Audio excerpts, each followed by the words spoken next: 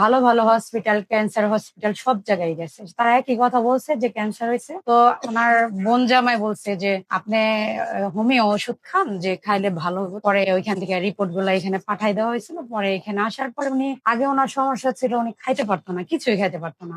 সাগু জাল দিয়া খাইতো, মানে বমি করতে চাইতো, অস্থির হয়ে পড়া থাকতো। আলহামদুলিল্লাহ এখন খাইতে পারে, মাছ ভাত সবই খাইতে পারে। অস্থিরতা কমছে, আগে চিত হয়ে ঘুমাসতে পারতো না, পেটে পানি আসছিল।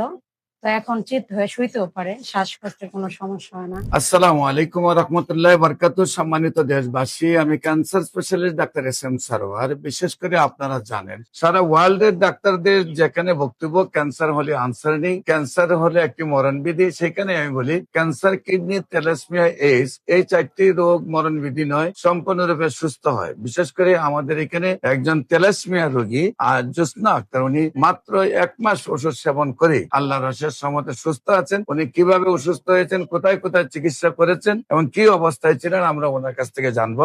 আপনার নাম? জোসনা আক্তার। আপনার কি হয়?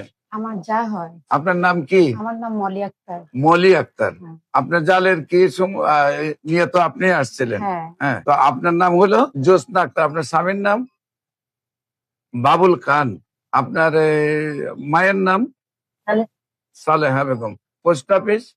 কুসুমহাটি, থানা দুহা, জেলা ঢাকা। আপনার কি প্রবলেম হয়েছিল, কিভাবে আপনি কোথায় চিকিৎসা করছেন আর কিভাবে সুস্থ হয়েছে? আচ্ছা, আমি বলি।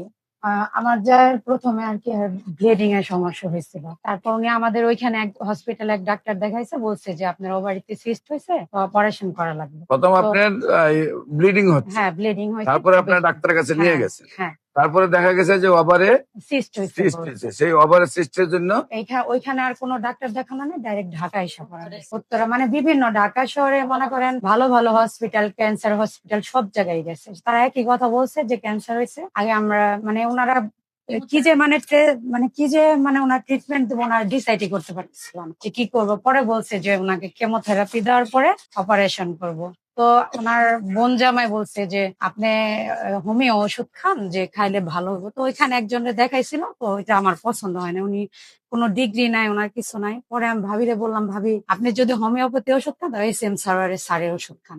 তো আমি আবার এই যে রবিন ভাইয়ার ফেসবুকে ভিডিও পাইছিলাম, ওইখানে দেখছি। পরে ওইখান থেকে রিপোর্ট গুলা এখানে পাঠাই দেওয়া হয়েছিল। পরে এখানে আসার পরে উনি, আগে ওনার সমস্যা ছিল উনি খাইতে পারতো না, কিছুই খাইতে পারতো না। সাগু জাল দিয়া খাইতো, মানে বমি করতে চাইতো, অস্থির হয়ে পড়া থাকতো। আলহামদুলিল্লাহ এখন খাইতে পারে, মাছ ভাত সবই খাইতে পারে। অস্থিরতা কমছে, আগে চিত হয়ে ঘুমাসতে পারতো না, পেটে পানি আসছিল। তো এখন চিত হয়ে শুইতেও পারে, শ্বাসকষ্টের কোনো সমস্যা হয় না। আর এখন একটু দুর্বলতা ছিল বেশি, এখন কমছে। আর এখন আলহামদুলিল্লাহ আগের চেয়ে চেহারাটা একটু ভালো হয়েছে। সম্মানিত দেশবাসী, আপনারা যতটুকু শুনলেন, উনি একেবারে বিছানায় ছিলেন, খাওয়া দাওয়া চলতো না, চিত হয়ে শুইতে পারতেন না। এমন অবস্থা থেকে আল্লাহর অশেষ রহমতে 1 মাসে উনি আমাদের কাছে খুব স্মার্ট একজন মহিলা হিসেবে উপস্থিত হয়েছেন এবং আল্লাহ সুস্থ করে রেখেছেন। এবং নিয়মিত আমরা ওনাদেরকে চেক আপ রাখবো। আপনারা দোয়া করবেন উনি যেন স্থায়ী ভাবে, সুন্দরভাবে আল্লাহ আজীবন ভালো রাখেন। ক্যান্সার, কিডনি, থ্যালাসেমিয়া এই 4টি রোগের জন্য যে কোনো সময় যে কোনো পরামর্শের জন্য আপনারা স্ক্রিনে দেওয়া নাম্বারে যোগাযোগ করবেন। আমাদের অফিস ভিজিট করার জন্য আমন্ত্রণ জানিয়ে শেষ করছি। সবাইকে ধন্যবাদ। আসসালামু আলাইকুম ওয়া রাহমাতুল্লাহি ওয়া বারাকাতুহু।